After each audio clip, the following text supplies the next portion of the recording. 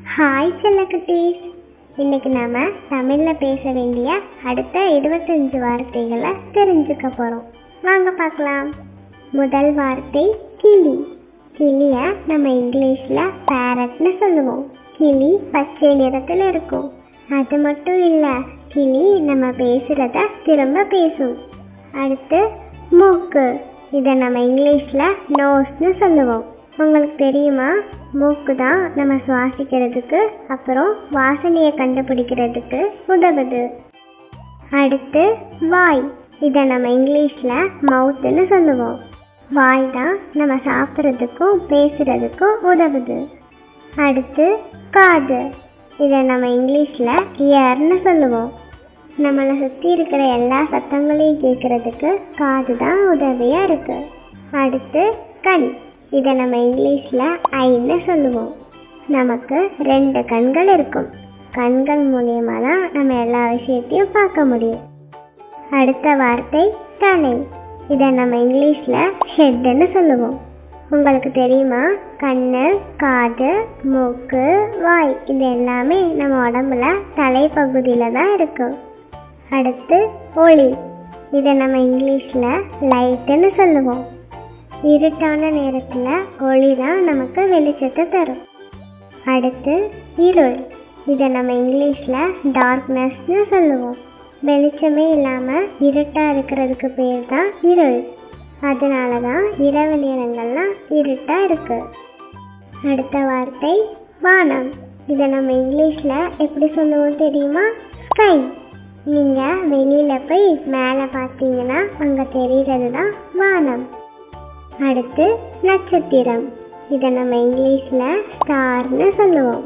நீங்கள் இரவு நேரத்தில் வானத்தை பார்த்துருக்கீங்களா?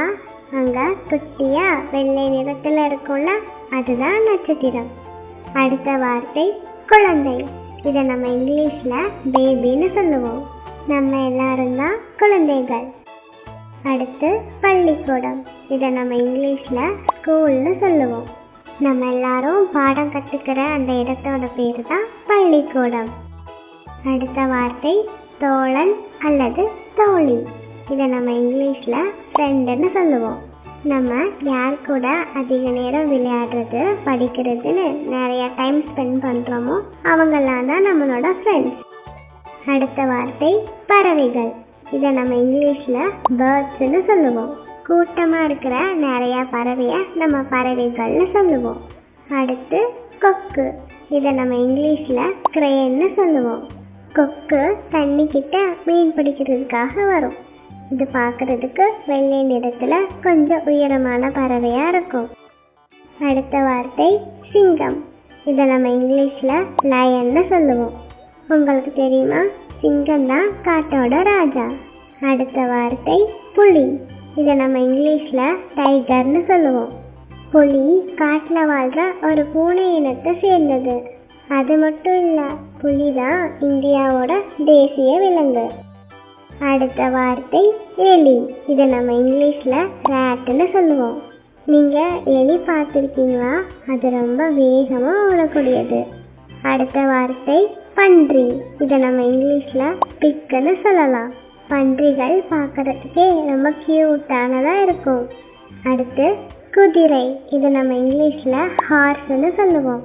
உங்களுக்கு தெரியுமா, குதிரை ரொம்ப வேகமாக ஓடும்.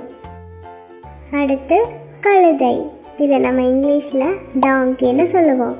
கழுதை ரொம்ப கடினமாக உழைக்கிற ஒரு விலங்கு. கழுதையை பொதி சுமக்கிறதுக்காக பயன்படுத்துகிறாங்க. அடுத்து மயில். இதை நம்ம இங்கிலீஷில் பீகாக்னு சொல்லுவோம். நீங்கள் எல்லாரும் மயில் பார்த்துருக்கீங்களா? மயில் ஒரு வண்ணமயமான பறவை. அது மட்டும் இல்லாமல் இந்தியாவோட தேசிய பறவை மயில். அடுத்து குரங்கு. இதை நம்ம இங்கிலீஷில் மங்கின்னு சொல்லுவோம். குரங்குகள் எப்போதும் ஒரு மரத்திலிருந்து இன்னொரு மரத்துக்கு தாவி தாவி விளையாடும்.